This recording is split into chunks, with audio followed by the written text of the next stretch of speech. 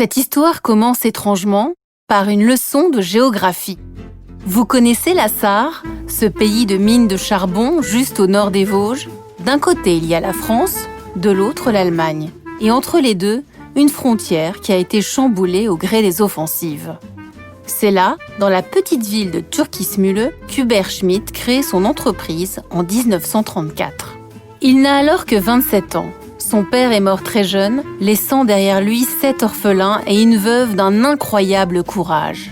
Hubert Schmidt n'a pas le sou, mais il a de qui tenir. Il s'apprête à convoler en juste noces avec une certaine Antonia. Alors, autant vous le dire tout de suite, ses parents, à elle, ne voient pas ce mariage avec un modeste maçon d'un très bon œil.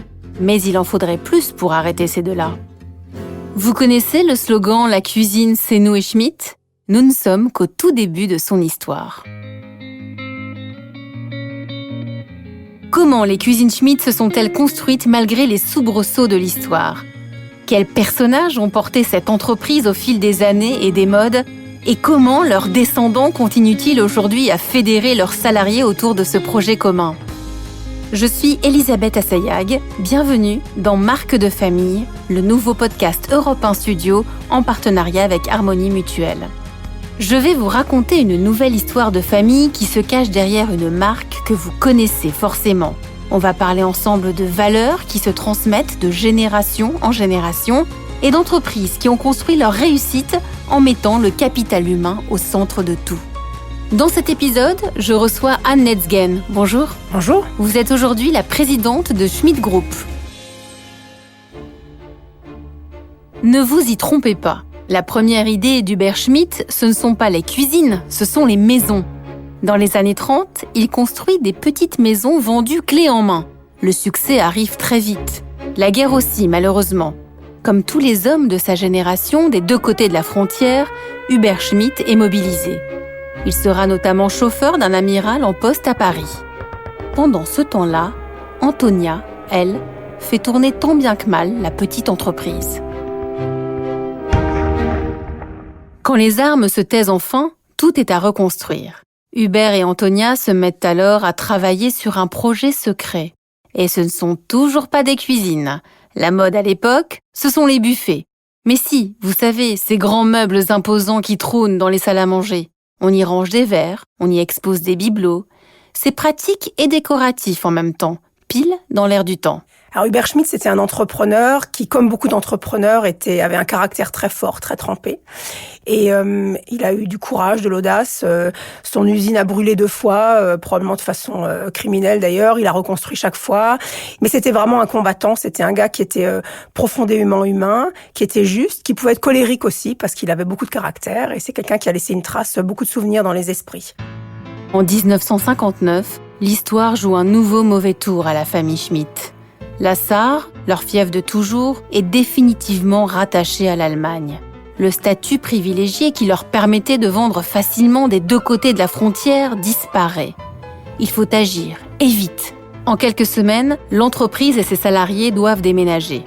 C'est à ce moment-là qu'un chauffeur repère un site à vendre. C'est une église entourée de bâtiments. Elle est dans un état déplorable, mais il y a du potentiel. La décision est prise, direction la France et la petite ville de Lièvre, au sud de Strasbourg. C'est à la fois un déchirement et une nouvelle naissance. C'est là, dans cette nouvelle usine, que la production de buffets s'accélère vraiment. À l'époque, les ateliers de montage tournent à plein. Il en sort 35 exemplaires par jour. Pour 2000 francs, vous pouvez alors vous offrir le modèle Heidi, Astrid ou Brigitte. Le problème, c'est que cette mode ne va pas durer et c'est un nouveau coup dur pour Schmidt. Que voulez-vous ? Quand la génération des baby-boomers s'installe enfin chez elle, elle a d'autres envies. Ce 31e salon des arts ménagers, c'est cette année encore le ronronnement de la cireuse, la respiration de l'aspirateur ou encore la chanson du batteur électrique. Au tournant des années 70, on oublie les cuisines spartiates à l'écart de la vie de la maison. On veut des frigidaires, des robots mixeurs et des cuisines équipées sur mesure. Ça va être le défi à relever pour Antonia, la fille des fondateurs, et son mari, Karl Netzgen, qui prend alors la tête de l'entreprise. Ensemble, ils sortent un premier catalogue, puis ils créent bientôt leur premier magasin. Ils lancent même une nouvelle marque, Cuisinella. Les cuisines deviennent ouvertes, à l'américaine, avec des bars. Peu importe, l'entreprise familiale se développe désormais à toute vitesse en surfant sur ses modes. Mais les années 90 sont marquées par 2 décès. D'abord celui de Hubert, le patriarche. Puis celui de Karl Letzgen, brutal. Antonia, son épouse, a 59 ans à l'époque.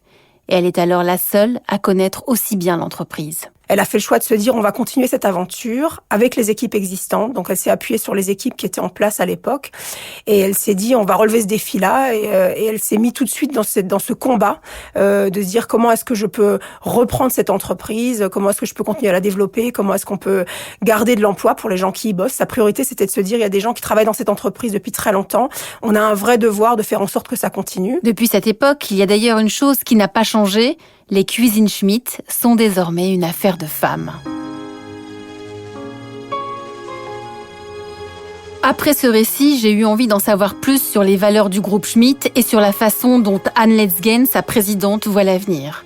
Sur le site de l'entreprise, j'ai découvert que la devise maison, c'était être les meilleurs, respecter chacun, réussir ensemble. Et vous allez l'entendre, c'est aussi un morceau d'histoire. Alors la devise, qu'on appelle chez nous la philosophie de l'entreprise, elle a été écrite par des cadres de l'époque en 1986. Et c'était pendant un séminaire qu'on a encore l'affiche qu'ils ont signé à cette époque tous ensemble et ils voulaient affirmer fort que nos valeurs, elles sont autour du respect. Le respect les uns des autres, le respect de nos clients, des collaborateurs, le respect de la parole donnée, la notion de travailler ensemble, de coopération, de confiance. C'est vraiment des choses qui sont encore fortement inscrites dans notre ADN aujourd'hui, puisque cette philosophie, on estime qu'elle est encore plus vraie qu'elle ne l'était à l'époque. Et donc, ils ont écrit cette philosophie qui nous anime toujours. Alors, chaque année, il y a un événement incontournable pour les salariés de Schmitt. Ce sont les Schmitt Days. Qu'est-ce qu'il y a derrière ce terme qui peut un petit peu sonner marketing vu de l'extérieur ? Un Schmitt Day, c'est une journée dans laquelle sont invités 300 à 500 personnes. Peuvent venir ceux qui veulent, les collaborateurs qu'ils souhaitent participent. Depuis des cadres dirigeants, des opérateurs, tous les métiers, ceux qui veulent participent. C'est vraiment sur la base du volontariat. Et ensemble, on travaille sur comment est-ce qu'on peut construire l'entreprise de nos rêves dans laquelle on sera performant en prenant du plaisir, en venant bosser tous les matins. Pendant les Schmitt Day, les collaborateurs proposent des initiatives qu'on leur propose de mener à bien si ça les intéresse et de chercher d'autres personnes dans l'entreprise avec qui ils pourraient bosser sur ces projets. Une des initiatives qui est née de ça, c'est une initiative qui s'appelle Vie mon job, que moi je trouve particulièrement intéressante. L'idée, c'est de se dire chaque collaborateur, une fois par an, peut aller passer une journée avec une autre personne de l'entreprise de son choix pour aller découvrir son métier. Et c'est toujours très enrichissant parce que notre principe, c'est de se dire si les gens apprennent à se connaître, ça développe beaucoup plus de respect, de compréhension, ça limite les tensions, etc. Donc cette idée, c'est de se dire offrez-vous une journée où vous allez découvrir soit une personne que vous avez envie de rencontrer dans l'entreprise, soit un métier que vous avez envie de découvrir. Et c'est très enrichissant. D'autres initiatives ont été menées. Par exemple, les opérateurs ont voulu beaucoup travailler sur les espaces de pause. Donc ils ont réaménagé des espaces de pause, des espaces machines à café. Il y a eu la mise en place d'une salle de sieste parce que sur un des sites, ils ont dit ce serait bien qu'on ait une vraie salle de repos, on peut aller faire une sieste. Des espaces verts ont été aménagés par des groupes de collaborateurs sur des nouveaux sites, etc. Une salle de sport a été mise en place avec des cours de yoga, de pilates, toutes sortes d'équipements sportifs, etc. Donc, beaucoup d'initiatives qui sont nées de comment est-ce qu'on peut réduire, évidemment, la pénibilité de leur travail, mais aussi comment est-ce qu'on fait en sorte que les gens soient en bonne condition physique, en bonne condition mentale, psychologique. Dans votre politique développement durable, vous impliquez aussi vos collaborateurs ? Alors, on a évidemment une vision de ce qu'on voudrait faire en matière de développement durable, en matière de RSE, mais les bonnes idées, elles viennent beaucoup des collaborateurs. Et une des premières initiatives qu'on a lancées, une des dernières initiatives, qu'on a lancées tout récemment, c'est une initiative qu'on a appelée ACT, l'acronyme de Agir, chacun et tous ensemble. Et on a donc monté une plateforme dans laquelle on propose à l'ensemble des collaborateurs de ce qu'on appelle l'entreprise étendue, donc nos collaborateurs Schmitt Group, mais également les vendeurs de nos magasins, des fournisseurs, etc. Ils peuvent poster sur cette plateforme des actions en matière de RSE. Alors, on a des actions depuis certains qui sont bénévoles à la SPA, d'autres qui font de la collecte de déchets, une personne qui a fait le don de ses cheveux pour une association. Enfin, on a toutes sortes d'initiatives et c'est hyper inspirant pour les collaborateurs. D'autres, on a un magasin qui a posté sur la plateforme que toute l'équipe est allée nettoyer une plage près de leur magasin. Donc, on voit qu'on arrive à mobiliser les gens et surtout leur faire prendre conscience que le développement durable, c'est effectivement des toutes petites actions individuelles, collectives, et c'est aussi de grandes actions, des grandes décisions que l'entreprise peut prendre. Et dans ces grandes décisions, vous avez opté, par exemple, pour un système de chauffage de vos usines grâce aux chutes de bois que vous produisez. Alors, pour moi, ça montre bien qu'en matière de développement durable ou de RSE, très souvent, il faut beaucoup de bon sens, en fait. Donc, à l'origine, c'était les générations d'avant ont décidé de se sont dit, tiens, on a des chutes de bois, on va peut-être se chauffer avec ces chutes de bois plutôt que d'en faire quelque chose d'autre. Donc, effectivement, l'hiver, on se chauffe avec nos chutes de bois et l'été, on les revalorise auprès de filières qui en ont besoin. Ces initiatives en interne, comment elles se matérialisent dans les cuisines destinées aux consommateurs ? Alors, il y a des initiatives menées par des collaborateurs qui se traduisent sur le produit. Il y a des tas d'idées. Par exemple, chez Cuisinella, ils se sont dit, tiens, dans cette marque, on a vraiment besoin de proposer des solutions pour que le consommateur puisse avoir une consommation éco-responsable. Et on a développé, par exemple, des boîtes à vrac, des légumiers pour conserver vos légumes en dehors du frigo pour limiter la consommation d'énergie, des intégrations de compost plus simples, etc. Donc, on a toutes sortes d'astuces qui sont en train de se développer pour aider le consommateur à avoir une consommation éco-citoyenne, le rendre sensible à ça. Et ça va jusqu'au choix des matériaux, c'est-à-dire que on source nos matériaux, 93% des matériaux qui rentrent dans une cuisine, ils sont sourcés en Europe de l'Ouest. Donc l'éco-conception, c'est aussi une partie importante du produit pour que le consommateur qui achète une cuisine ou un dressing ou un meuble télé chez Schmitt ou chez Cuisinella, il puisse se dire, tiens, c'est vraiment quelque chose qui vient d'ici, c'est fabriqué en France, ça vient des matériaux qui sont frais près d'ici. Donc la partie durable, elle est à la fois dans l'utilisation du produit, mais aussi dans la conception du produit. Une dernière question. Pour vous, le capital humain, qu'est-ce que c'est ?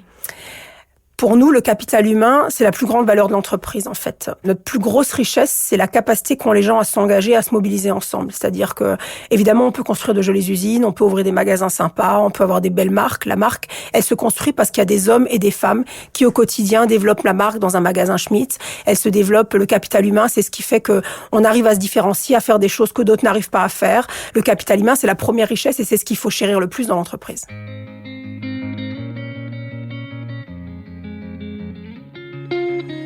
Vous venez d'écouter Marque de famille, un podcast Europe 1 Studio en partenariat avec Harmonie Mutuelle.